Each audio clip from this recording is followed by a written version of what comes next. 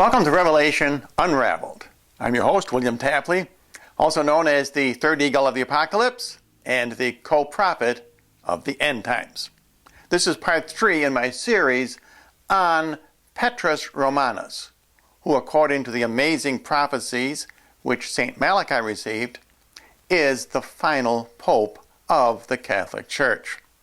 Now, in the first 2 parts of this series, I debunked some of the popular misconceptions being spread around YouTube that Petrus Romanus will be an evil pope. This is completely false.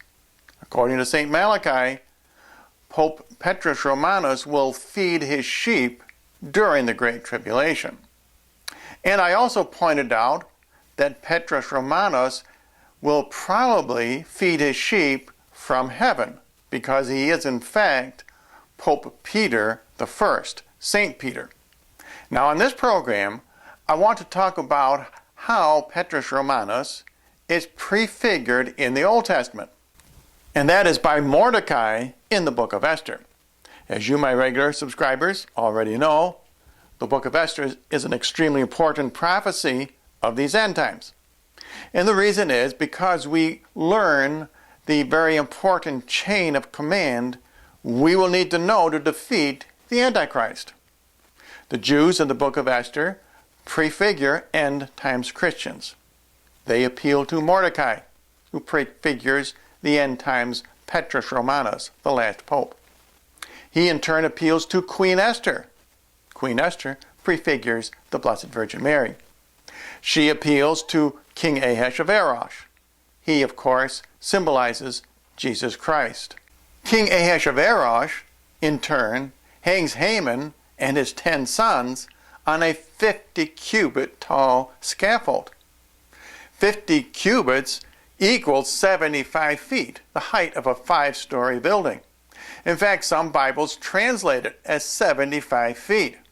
However, that is a mistake, because the important symbolism is in the number 50. Now, what I'm going to tell you will not make me popular.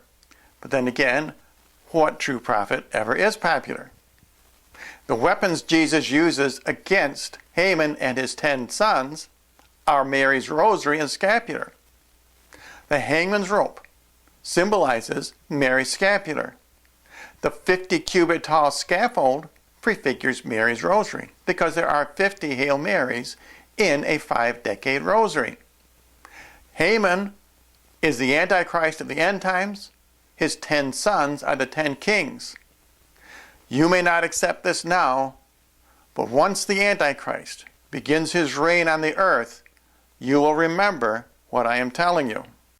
And now let's look at where Mordecai is found in the book of Esther, because we always find him seated out in front of the palace gates. And this is very typical of St. Peter also.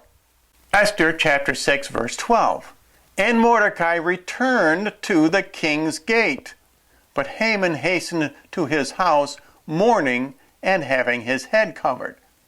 And Mordecai's stationing before the king's gate, that is before the gates of heaven, indicates St. Peter. Now I know this is a very popular depiction of St. Peter at the pearly gates. You see this in cartoons, for example. But there is some basis for this, because Jesus gave Peter the keys to the kingdom. And of course, the man with the keys to the gate would undoubtedly be standing by the gate. Let's see another passage from the book of Esther. Esther chapter 4 verse 6. And Hathach. Now Hathach was a courier between Queen Esther and Mordecai. Going out, went to Mordecai, who was standing in the street of the city before the palace gate. This is where you can always find Mordecai. Now, in addition to standing before the gates of the King Ahasuerus, who symbolizes Jesus, and therefore his palace would symbolize heaven, there are several incidences in Mordecai's account, as found in the book of Esther, which remind me very much of things which happened to St. Peter. And I believe that these are indications of what may very well happen during the reign of the Antichrist. I believe these are prophecies. For example, Mordecai exposes a plot against King Ahasuerus by two of the king's eunuchs. Now, the eunuchs in Esther prefigure the celibate Catholic clergy of the end times. Now, does this predict some kind of action by Petrus Romanus against betrayal of the Catholic clergy during the reign of the Antichrist? Esther chapter 2 verse 21. In those days, while Mordecai sat in the king's gate, notice once again we find Mordecai before the gates of the palace, two of the king's eunuchs, Bigthan and Teresh, of those who kept the door, were angry and sought to lay hands on King Ahasuerus. Now this reminds me somewhat of an incident in St. Peter's ministry where he exposed the fraud of two early Christians, Ananias and Sapphira. They tried to defraud Peter of a certain amount of money. And when Peter exposed them, they died on the spot. And this is very similar to Mordecai exposing the two eunuchs, and they also died. They were executed by the king. Acts 5, verses 3 through 5. But Peter said, Ananias, why has Satan filled your heart to lie to the Holy Spirit and to keep back part of the price of the land? While it remained, was it not your own? And after it was sold, was it not in your own power? Why have you conceived this thing in your heart? You have not lied unto men, but unto God. And Ananias, hearing these words, fell down and died, and great fear came on all them that heard these things. So are these two incidents, one which happened to Peter, another which happened to Mordecai, and which are similar, do they prophesy an event during the reign of Petrus Romanus? Will he also expose some kind of fraud within the Catholic Church, probably perpetrated by our next false pope, and that is the false prophet? Now, another fascinating incident which occurs to Malachi is when the king tells Haman to honor Mordecai. In fact, he tells Haman, who, don't forget, is a prefigure of the Antichrist, to lead Mordecai through the city on a horse and have Mordecai dressed in king's robes with a crown on his head. Is this also a prophecy of the end times? Esther chapter 6 verse 10. Then the king said to Haman, Make haste and take the robes and the horse, as you have said, and do even so to Mordecai the Jew, who sits at the king's gate. Isn't it interesting that even the king knows that you can always find Mordecai out by the gates of the palace?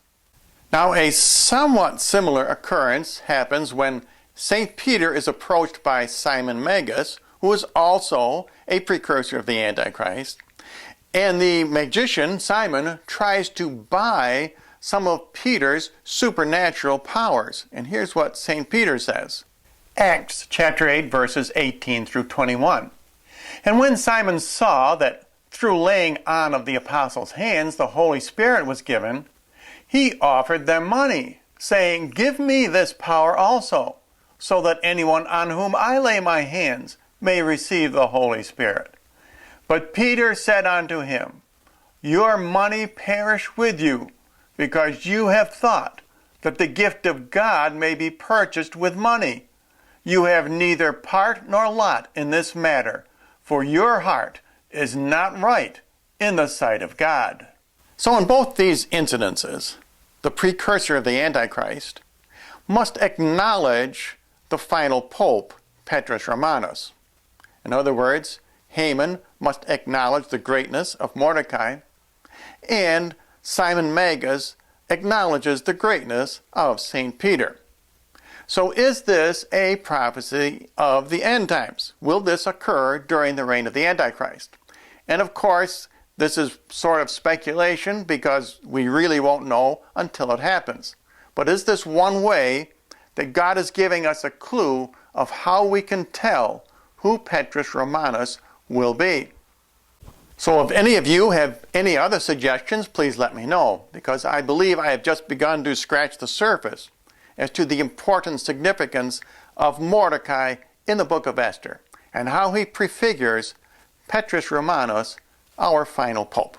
And as always, I offer a free copy of my book, Revelation Unraveled. If you are interested, you can write to the address you see on your screen, or simply leave a comment below and I will contact your channel.